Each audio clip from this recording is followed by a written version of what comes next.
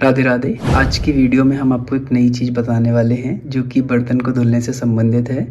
और एक दीदी हैं हमारी जो कि बहुत प्यारी हैं, उन्होंने ये चीज़ हमें बताई और सिखाई भी। और उनसे सीख के मुझे ऐसा लगा कि आप सबके साथ भी शेयर करना चाहिए, आपको भी इसके बारे में जानकारी हो। शायद कई लोगों को पहले से जानकारी होगी, लेकिन मुझे उम्मीद है कि कई लोगों को नहीं भी होगी। तो उम्मीद है ये वीडियो आपकी मदद करेगी। तो चलिए शुरू करते हैं। मोस्टली क्या होता है कि जो जूठे बर्तन होते हैं, हम लोग इसी सिंक में पानी से धुल के, साबुन से धुल के अलग करते रहते हैं। लेकिन दीदी ने बोला कि जब हम ठाकुर जी की सेवा करते हैं या ऐसे भी बर्तन धुलते हैं तो ये सही तरीका नहीं है।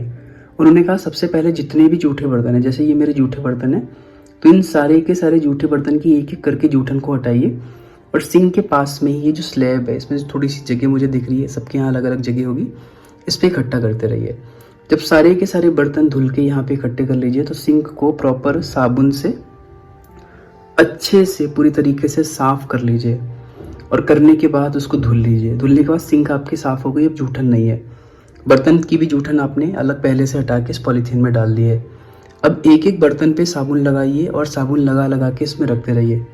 जब सारे बर्तन इकट्ठे हो जाएं तो ये जगह जिस पे आपने बर्तन रखे थे जूठे, इसको एक बार अच्छे से 2 बार कपड़े से साफ़ कर लीजिए। और करने के बाद में फिर आप क्या करिए, एक एक बर्तन को धुलिए और धुल के यहाँ पर इकट्ठे कर लीजिए।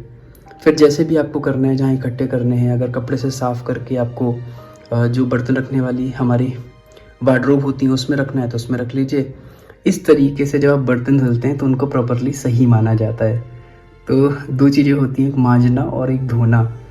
तो धो तो हम लेते हैं यूजुअली, बट जैसे क्या होता है कई बार लोगों को, उन्होंने एक चीज़ और बताई कि जैसे आपने ठाकुर जी की सेवा में कोई बर्तन रखा और रखने के बाद आप लेके आए, आपने कहा कि ये जूठा कहाँ हुआ है, ये तो सरकार ने यूज़ किया है। लेकिन उन्होंने कहा नहीं, उसको भी सही से मांज के धो के ही रखना होता है। तो कुछ नई चीज़ें सीखने को मिली जो आपके साथ शेयर करी। चलिए आगे की वीडियो में बात करते हैं। सबसे पहले दर्शन होते हैं हनुमान जी के, जो कि भगवान श्री राम भक्त निषाद राज की जयंती में पधारे थे। बंधुओं, केवट पर परशुराम इतनी कृपा कर सकते हैं कि हम आज भी उनका स्मरण करते हैं। बोले प्रभु श्री राम भक्त निषाद राज की जय। निषाद राज के दर्शन करने के बाद जब हम परिक्रमा मार्ग से आगे जा रहे थे तो मन में एक दुविधा था, 2 विधाएं चल रही थी कि परिक्रमा मार्ग के दर्शन पूरे करें या कात्यायनी माता मंदिर के दर्शन। श्री तटिया स्थान में बाहर से प्रणाम कर हमने अपनी साइकिल को माता रानी के मंदिर की ओर मोड़ दिया, क्योंकि आज अष्टमी है और माता रानी के दर्शन तो करने ही हैं।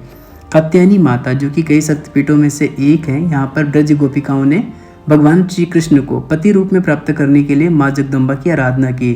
कहते हैं आज भी जिनके विवाह में समय लग रहा है या उनकी कुंडली में मांगलिक दोष है, उन्हें कात्यायनी माता के दर्शन अवश्य करने चाहिए। तो इस वीडियो को लाइक करना, दूसरों के साथ शेयर करना और हमें फॉलो करना बिल्कुल ना भूलें। राधे राधे।